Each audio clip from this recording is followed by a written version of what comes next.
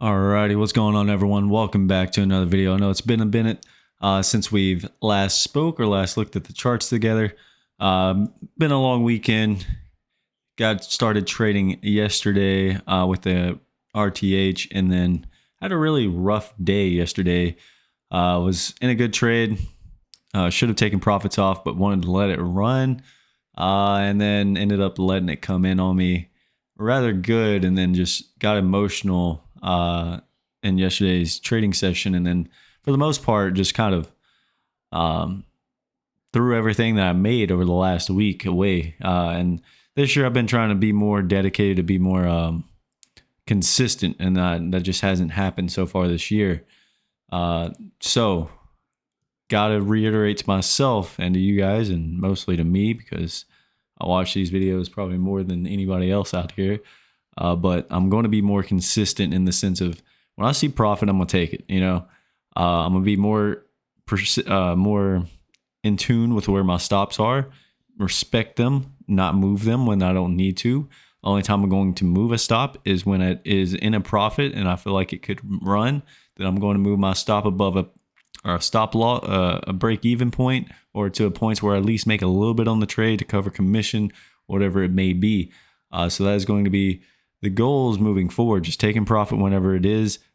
Whenever we're seeing the market that over the last 2 days have been very choppy and emotional on both ends.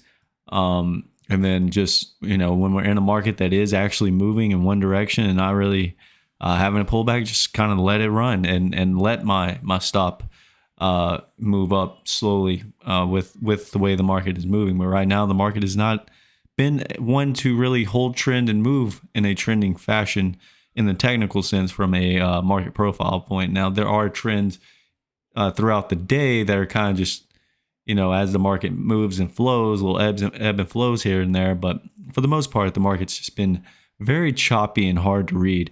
Very mixed market generated information, to say the least. And reviewing yesterday's trade, that took not to stick too long on that. But reviewing yesterday's trade before we get into the monthly, the weekly, and the daily, because things have changed on that. And then we'll look at our 30-minute time frames as things have changed on that. But in yesterday's trade, after reviewing everything, I was just getting into the trade on a losing trade already when the market generated information was very choppy and tricky. And then just, being emotional with it, to say the least. So overall, terrible start to the week. But we're fighting back. Today was a good day. Took a small loss, but overall ended up flipping the direction that I wanted to trade. Market was looking like it may want to have a bit of a relief rally. So I switched from short to long because I had lost on the short initially. Was holding a level that I liked, and then was like, okay, let's see if this market can push up. And then when it did, took the profits when it was there. So going to be more consistent, even if it's small wins. I don't even care. Money's not the thing. It's about being consistent. That's what we're going to try to do. And what consistency will build over time is I will have the tool set to, whenever the market is like it is, I can make money. And then whenever the market's trending, I can make a lot of money. And it not even be about the money itself, just the fact that I can take the trade, be in the trade, and let the trade do what it needs to do for me. All right, so enough about that. The monthly, we're looking at that. We are one time framing up still firmly on the monthly, even though so far this month has been an inside month. But we are one time framing up. That should continue if buyers hold key levels. Basically, 4,700 must hold. We are having a very difficult time above 4,800, but 4,700 must hold for the buyers. If not, then the likely chance of us pushing lower, I don't really see us getting last month's low this month, but I think maybe we'll definitely go from up to balance and maybe trade inside of last month's range for quite some time before maybe kind of have like a little flag, if you will, on the monthly before moving to higher highs. We have had some economic data that we're waiting on. We got Fed minutes coming out, later this month. We had the beige book today. So different things. We got Fed speakers out and about all over the place chirping. So, we'll just see how this market is. So monthly, still one time framing up. Let's go ahead and look at the weekly. Now the weekly, remember last week or the 2 weeks ago, we came into a balance. All right. And then I said that we would call this balance, rather large, give the buyers their due. But I'm thinking about moving my balance up to where we initially pulled back there, 47, 1975, that low from that week. I think I'm going to move my balance low up there from here, because I think if we do take that out, we will begin to one time frame down on the weekly. And I think that's a very important area for the buyers to hold. Clearly, if we get below 4,700 and that low at 47.1975, we will go visit that previous week's low right there where we had that big trending week up. We'll obviously get down to 46.50 if the market begins to one time frame down on the weekly time frame. So I think I'm going to move this up to 47.19, okay? 47.1975. I think that's going to be where we're going to say our balance low is from here on out. So balance low, all right, right there for the weekly. So we just tightened it up, all right? You can call it whatever you like. You can keep it down here, but for me, I'm going to move it up. And now we're going to be in a 1, 2, 3, 4 week balance so far, right? Looking to come out one way or the other. We want to take out the balance low, or we want to take out the balance high. So far, we've tested our balance high, rejected it, right? Remember the 3 rules. You have 3 rules when it comes to balance. You get near balance high, roll over, which we're kind of experiencing right now. You get near balance high and stretch it, which we experience on the lower time frames from time to time. And then you get to a balance high or low, and then you push to it, through it, and away from it, not looking back. Okay, so right now we've experienced the second one, or the first one, excuse me, which is just getting near the balance high and rolling over. Now, the test would be on the other end, right? We want to see, do we get down here and test 47.19? And the way the dailies have been looking, it's a good possibility. But what Paul in his video today, and then in the room all day long today, Paul Asmar, great mentor, go check him out. But what he's been talking about is what's has been important recently is, or more important is what hasn't happened, right? Just as important as what has happened. So to him, the fact that we haven't been able to hold trend, we've taken out both sides of the initial balance, just goes to show that this market really doesn't know which way it wants to go. But we are officially one time framing down on the daily. Okay, we are firmly below the 20-day moving average right now, gapping below the previous day's low. We are one time framing down on the daily. Even though it closed up rather strong, we are one time framing down on that daily time frame. Downside destinations would be, if we pull up our if we pull up our weekly balance, right? You see how we're up here near our weekly balance high now. We're drifting lower to our weekly balance low. That's where we want to be. Now, the 50-day moving average is where we were initially holding our previous weekly balance, which was down at 53, okay? 46.53, 20, or the 50-day moving average now 46.60, okay? But I think if we do take out that low there at 47.1975, we will rotate lower and test that 50-day moving average, and then begin the one-time frame down on the weekly as well. But right now, just right now, we've broken out of balance. Broken out of balance to the downside. Okay, to the downside, looking to test lower. So far, we got into that lower distribution today from that trend day down back on the 8th. That trend day up back on the 8th of this month earlier. We got into that lower distribution and rejected out of it. And we'll look at that here on our 30-minute time frame. Go ahead and look at that on our 30-minute time frame. And then do want to just kind of recap the previous day price action just briefly, just because I think there are obviously there are destinations and some important information that happened on this day. So obviously long weekend, Monday didn't trade anything. Tuesday we came in, traded, attempted to go up. Now this is where I got in trouble on that day, was I got long early on and let this thing ride up. My target was 48.15, and then the afternoon rally high up here at 48.23. Okay, we hit our first target at 48.15, which was that 10-wide point of control, but we had a very difficult time pushing through that level. 48.15, 10-wide point of control was a very difficult time. Now, once we did gap lower on that day, only by a few ticks. Then once we pushed lower, didn't find much, rotated up higher, began to one time frame up. I knew that was going to be a target, right? Those points of control act as a magnet. So we pushed up to it, kind of paused, right? Had a bit of an issue. I took off some of my contracts there, but didn't take off all of them. And then we had a really quick liquidation break. I hate to blame the Fed coming out and speaking, one of the Fed speakers coming out and saying some shit. But, volatility really didn't pick up until that point.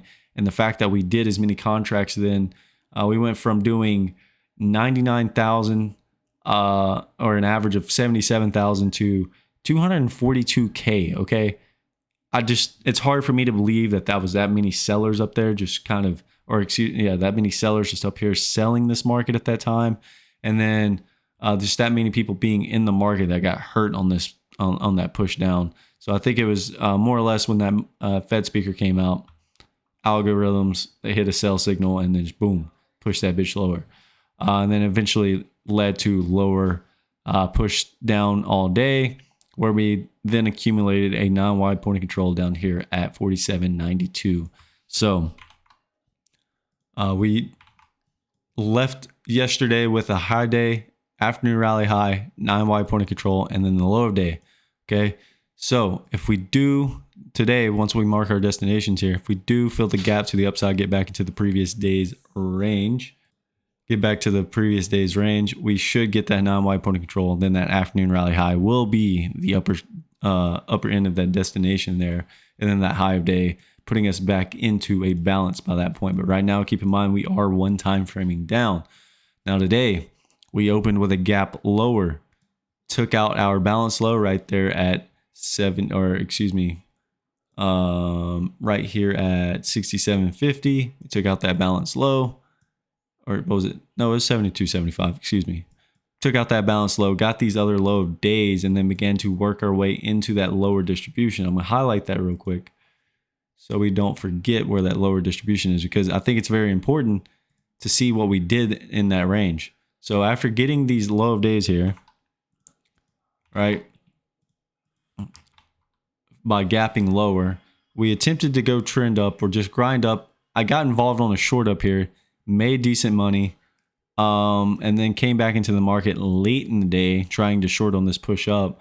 Got hurt, flipped long, pushed up against the open. I got out and then, took the profits, made whatever I did on the day. And then clearly it was just a choppy mess. I think, what did we end up with? 1, 2, 3, 4, 5, 6, 7, 8, 9. So another 9-wide point of control here. But we failed to go trend and hold trend to the upside. We failed to hold the gap or fill the gap up here. And then we attempted to go lower, took out the initial balance low, attempted to go trend, got into that lower distribution, finally filling that set of single prints down here. Getting into that lower distribution, but look at how little time we spent in that lower distribution. There was a lot of volume on that day that helped push this up, right? A lot of volume down here, a lot of price in that area, a lot of volume and price discovery there. And we just rejected out of there like it was hot water, right? I don't know why it's not letting me, whatever. Anyway, you get the point. We rejected out of it aggressively, pushed back up, and then kind of held above it. So tomorrow I'm kind of looking, that's going to be more or less my line in the sand. If we get back below 52.25, I do think getting that low day and continuing to one-time frame down, obviously, because there wouldn't be too much, would be the move. And then obviously getting down to 47.38 would be your next downside target. So line in the sand really for me is going to be that 52 level. If we hold there, then we should have no issue getting that 9-wide point of control, which we'll mark here in just a second, right here at 62.75, and then obviously getting our high day, which is poor, at 75.75, and then filling the gap at 79.50. So let's go ahead and mark these destinations real quick, and then get you guys on your way. This is a gap. So this is also a gap fill. We'll label it as such. And we'll mark our high of day, which was 75.75. High of day. Today's date is the 17th.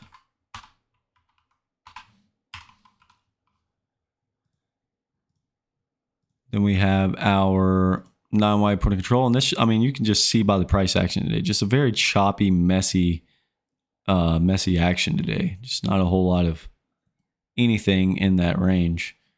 Just having a very difficult time down there. That low is 62.75. So 9Y point of control here at 62.75.